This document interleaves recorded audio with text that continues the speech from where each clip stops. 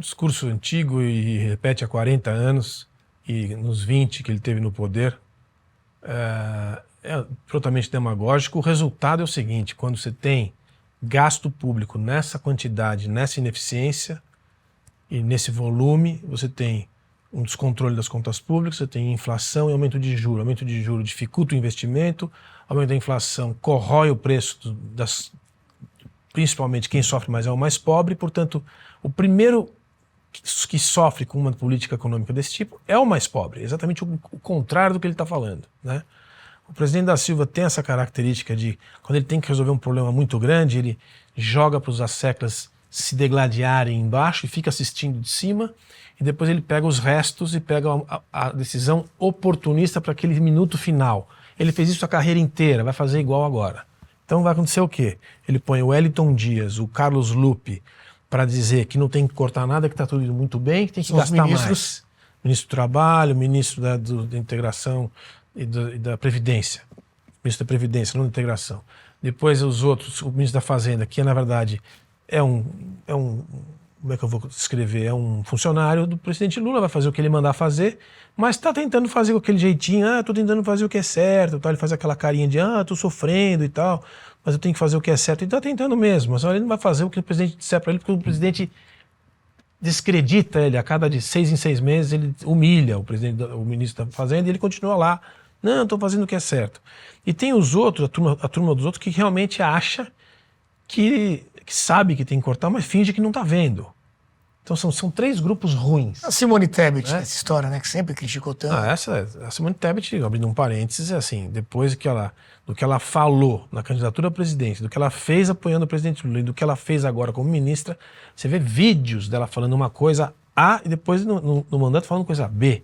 Perdeu completamente a credibilidade, não tem nenhuma credibilidade, não sei se elege nem deputada na próxima eleição. Mas eu volto ao ponto fundamental, Renato, que assim, dada essa circunstância, ele vai deixar até o último minuto e provavelmente eles vão empurrar até 26. Nós vamos ter gastos e corre o risco do ano que vem a gente ter uma inflação, quase que a inflação de 2015 que chegou em 2016 e deu a situação que a Dilma teve. Como vai ser próximo ao final, eles provavelmente vai se fazer no Brasil todo daquele somebody love, né? Desculpe o termo chulo, mas aguenta mais um pouquinho, porque é o que nós temos feito aqui como sociedade, é esperar chegar outubro de 26, tá certo? Já faz um bom tempo que a gente aguarda chegar outubro de 2026, e assim, não consigo ver nenhuma ação, mesmo com essa explicação técnica que foi dada aqui, e tá certo, 93%, 94%, não é culpa de ninguém, tá na lei, tem que cumprir. Nesses 6% tem muito espaço para mexer. Quando a gente fala, vou dar só um exemplo, quando a gente fala de Ministério da Educação, por exemplo, você tem linhas, você abre as contas nacionais, quando você vai fazer o breakdown das linhas, o Ministério da Educação, que é um grande ministério, que tem muito recurso, tem linhas no segundo nível das linhas que você já não sabe mais o que tem dentro, não é transparente. Números do tipo 30, 40, 60 bilhões de reais, que você não consegue discriminar exatamente o que tem ali. O que significa dizer o seguinte: se você paralisar aquele gasto, com os níveis de educação que a gente tem hoje, você não vai trazer prejuízo pior. Você vai conseguir segurar. Você paralisa aquele gasto de 60 bilhões do Ministério da Educação. Qual vai ser o prejuízo? Bom, para a educação que a gente já tem hoje, o prejuízo vai ser que a gente vai ter menos inflação. O benefício vai ser que a gente vai ter menos inflação. Nós estamos falando de números relevantes. 60 bi ali, 50 bi aqui. Ele falou certo o presidente da República. 50 bilhões, 52 bilhões, se eu não estou enganado, de emendas, somando todas as emendas parlamentares. Tem que cortar ali também. Corta 30, corta 40. Então já são 100. Aí tem ali o pente fino. A gente fala em pente fino há quanto tempo, Luiz? Pente fino na Previdência, pente fino nos benefícios sociais. Mais ou menos não. Você tem lá 20, 30, 40 bilhões que estão saindo pelo ralo, porque o pente fino paga gente que já morreu e recebe, todas aquelas coisas que nós estamos cansados de ver no Brasil. Então, se você fizer um trabalho de verdade, você arranca aí de 150, 200 bilhões desses 6%. E se você colocar funcionário público em disponibilidade, coisa que o presidente Fernando Henrique fez, ele chegou a colocar 150 mil funcionários em disponibilidade. O que significa? O que isso quer dizer? Todo mundo recebe, todo mundo fica em casa. É mais barato. Não vai trabalhar, não toma café, não usa papel higiênico, não usa telefone, não gasta, não atrapalha. Isso tem uma despesa de custeio do dia a dia daqueles 40 ministérios, que é uma despesa que vai para o caixa. Então, tem como fazer. Que loucura. E além disso, para que não fosse suficiente, o Brasil tem uma economia que é capaz de reagir. Se você der oxigênio para ela, você consegue fazer. E não é muito. Só que o político não tem coragem de fazer isso, que significaria reduzir alguns impostos, tomar algumas decisões que vão além dos 3, 4 anos que você, em tese, vai se reeleger.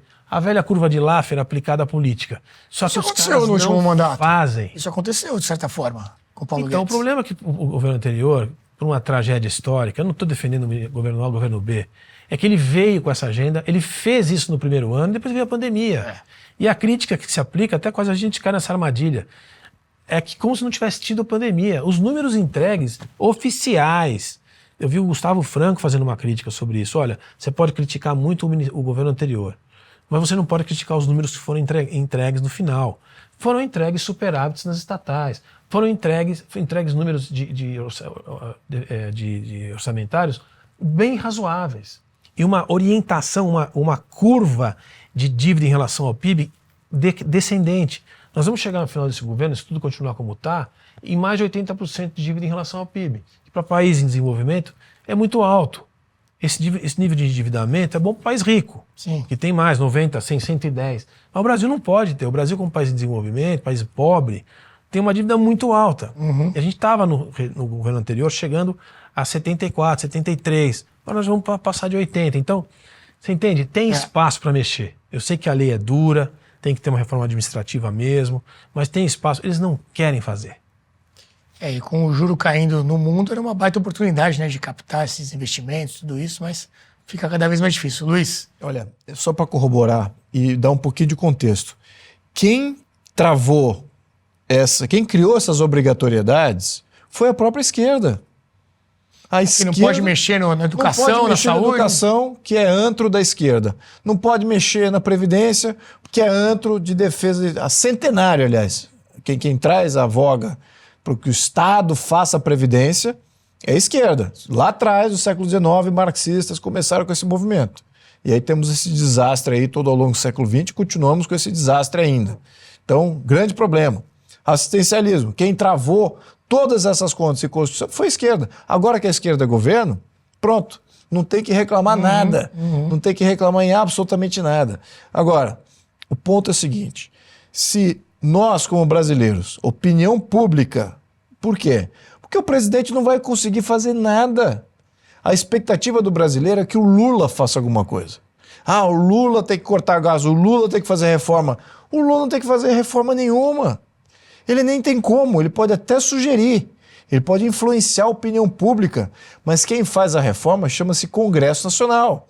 Mas o executivo não dá a direção do negócio? Dá, mas ele dá a direção, mas ele não vai assinar uma emenda constitucional. O processo é exclusivamente legislativo. O executivo não tem o que tá acuado. O processo é legislativo, 2 vezes na Câmara, 2 vezes no Senado, pronto, mudou a Constituição. Quer mudar a Previdência? 2 vezes no Senado, 2 vezes na Câmara, pronto, mudou a Previdência. Quer mudar a questão da saúde? 2 vezes na Câmara, 2 vezes no Senado. Não passa, 2 votações, né? Não passa pelo executivo. Então a expectativa do brasileiro é que o presidente vai chegar lá e vai fazer... Nosso modelo não é um modelo presidencialista igual o norte-americano. Vamos tirar a nossa perspectiva aqui. O nosso presidente, ele é um mero fantoche desse sistemão aí. Distribuidor de emendas. Que hoje é a máquina pública, plus todo esse entourage dos 3 poderes. Ele é um fantochezão, representante disso. Pode sugerir, influenciar. Tem ainda alguns poderes discricionários que são, podemos até dizer que são importantes, né, na questão de segurança e tudo mais, alocação de pessoal e política pública. Ok. Mas em termos de estrutura de Estado, ele não manda nada. Quem manda é o Congresso Nacional. Então, para você fazer uma reforma da Previdência, para fazer uma reforma do SUS, da saúde, reforma da educação, tudo passa pelo Congresso. E aonde que é importante para você influenciar o Congresso? Opinião pública. É isso que elimina... O Congresso tem medo de fazer uma reforma da Previdência. Acabar com o sistema estatal e abraçar um sistema de capitalização previdenciária individual. E aí você elimina os problemas que geram instabilidade econômica recorrente. Recorrente. Olha, vai acontecer ano que vem, vai acontecer o próximo ano, e vai acontecer o próximo ano. E vou dizer mais, se não mudar, vai acontecer no próximo governo e no próximo governo. Então ninguém está falando em reformar a Previdência, sair do modelo estatal, porque esse modelo só gera esse tipo de problema. Veja, os países que abraçaram esse modelo brasileiro, assim como o Brasil é referência de si próprio, você tem outros países que têm esse mesmo problema. O próprio Estados Unidos agora vai ter esse problema.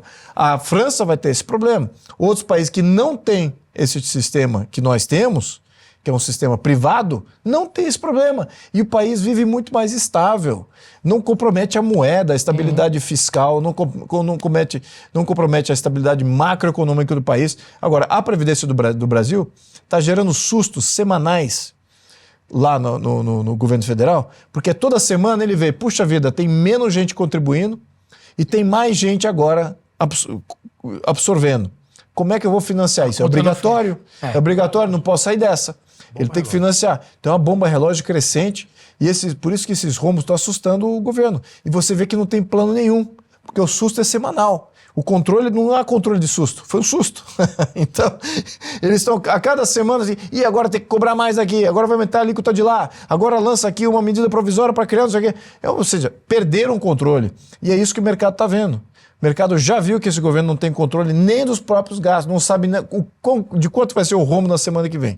Isso que é impressionante ver a desqualificação geral do Ministério da Economia e como isso afeta eles próprios. Se eles tivessem um pouquinho mais de sanidade contábil, um pouquinho mais de conhecimento financeiro, ou do que significa economia, como é que tudo isso se amarra, eles não estariam cometendo esses erros.